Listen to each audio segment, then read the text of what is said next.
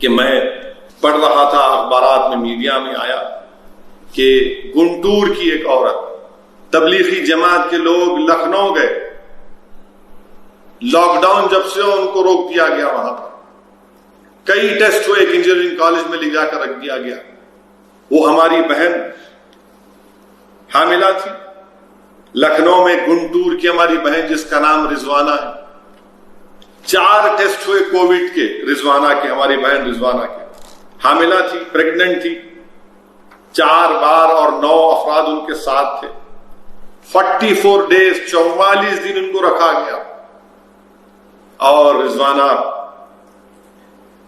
बार बार रिजवाना कह रही, देखो मैं प्रेग्नेंट हूं। लखनऊ में, उत्तर प्रदेश का कैपिटल, लखनऊ में उत्तर प्रदेश के चीफ मिनिस्टर का ऑफिस, घर वहां पर, भारत का सबसे बड़ा शहर हमारे नॉर्थ इंडिया का, और वहां पर होता यह है कि उसको ब्लीडिंग शुरू हो जाती है। वो कह रहे देखो खून निकल रहा है, मुझे फौरन अस्पताल लेकर जाओ। मगर नहीं, इतनी नफरत मुसलमानों से है, क्योंकि उस खातून का, उस महिला का नाम रिजवाना था, उसकी ब्लीडिंग चालू हो गई। तो हुक्मरानों ने कहा कि नहीं, तुम मुसलमान हो, तुमको अल्ट्रासाउंड की जरूरत नहीं है। बाद में अस्पतालों को लेकर गए, एक अस्पताल पर लेकर गए तो अस्पताल ने कहा कि ये मुसलमान है ना, हाँ इसकी रिपोर्ट कहाँ है, कोविड की नेगेटिव रिपोर्ट नहीं थी। मगर हुआ क्या कि उसका मिसकैरेज हो गया, हमल साकित हो गया, क्योंकि 9 मई से 12 मई तक रिजवाना को कोई मेडिकल ट्रीटमेंट नहीं मिला। 44 दिन से रखे वह वजीर आजम। यह आपकी मोहब्बत है मुस्लिम महिलाओं के ताल्लुक से? आपने कहा था कि आप उनके भाई हैं। ट्रिपल तलाक के वक्त तो आपने बहुत सी बातें कही वजीर आजम। आपने यह तक कहा कि असदुद्दीन ओवैसी झूठा है, गलत बोलता है। मगर यह कैसे हुआ? रिजवाना की 9 मई से उत्तर प्रदेश के कैपिटल में कौन जिम्मेदार है उसके मिसकैरेज का? क्या गुनाह था उस हमारी इस बच्ची का, उस खातून का? क्या गुनाह किया था उसने कि उसको अपनी एक जान खोना पड़ा, अपनी औलाद? कौन जिम्मेदार है इसका? गुनाह सिर्फ उसका इतना था कि मुसलमान थी, यही गुनाह था इसका, और वो अपनी मिसकैरेज हो गया। उत्तर प्रदेश के कैपिटल में 9 मई से 3 दिन तक एक डॉक्टर नहीं मिलता। कौन सा एडमिनिस्ट्रेशन चल रहा है उत्तर प्रदेश में? अफसोस की बात है मेरे भाई, अब मालूम हुआ कि उस बच्ची के मिसकैरेज के बाद आज उसको इजाजत मिली जाने की। मैं शुक्रगुजार हूं वो क्विंट वेबसाइट के वेब पोर्टल का भी, जिन्होंने इस न्यूज को कैरी किया और दुनिया को बताया कि जो रिजवाना पर जुल्म हुआ। फिर झारखंड का एक और वाकया ले लीजिए। झारखंड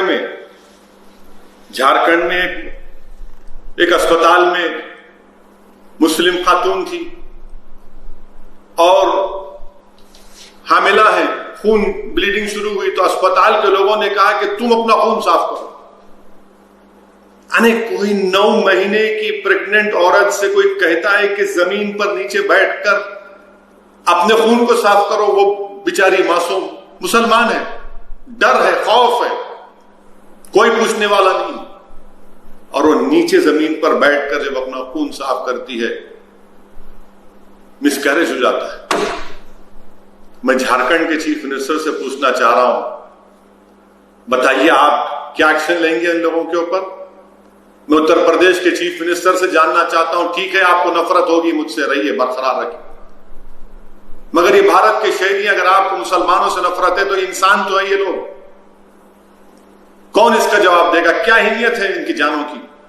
क्या हमारे मुल्क में 122 लोग मर गए, माइग्रेंट लेबरर्स, उनका कोई हिसाब किताब देगा? कौन जिम्मेदार है उसका? बताइए ना। टेररिस्ट ऑफेंस कुछ होगा तो हम पूरे देश को उठा लेते हैं, और उठाना भी चाहिए, मगर ये हमारे भारत के लोग किसकी वजह से मर रहे हैं? कौन जिम्मेदार है इसका?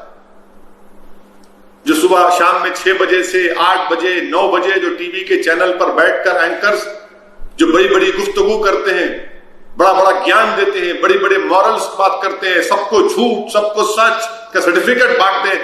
पूछिए ना कभी आप अपने एडिटर से पूछिए कि इन 122 मरने वालों का जिम्मेदार कौन है, रिजवाना के मिसकैरेज का जिम्मेदार कौन है, झारखंड की वो मुस्लिम बच्ची का जो मिसकैरेज है उसका जिम्मेदार कौन है।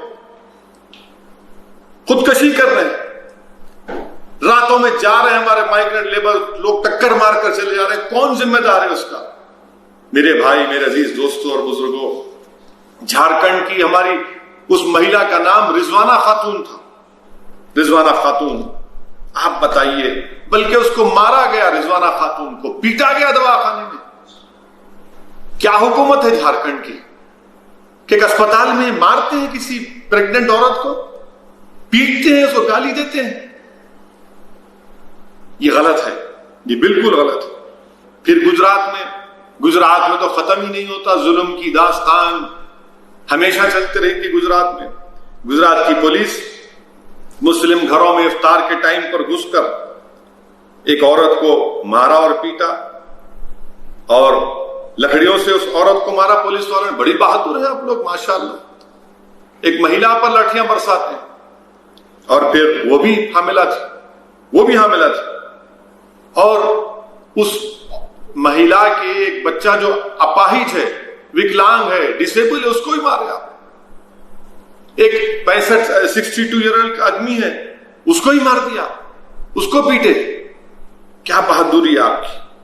और फिर ये जो हमारा माइग्रेंट लेबर्स जा रहे हैं, एक हमारी बहन जो महाराष्ट्र से मध्य प्रदेश की तरफ निकली थी, वो हामिला थी, प्रेग्नेंट थी, वो उसी सफर में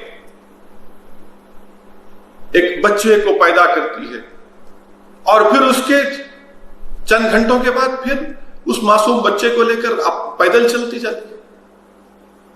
वजीर आजम, मैं आपसे पूछना चाह रहा हूं, ये वाकयात हो रहे हैं, आपके ऐलानात टीवी पर, आपके ऐलानात आपके चाहने वालों के दिलों को खुश कर रहे हैं, मगर इन गरीबों को उससे क्या फायदा पहुंच रहा है? कौन सा फायदा पहुंच रहा है बताइए आप।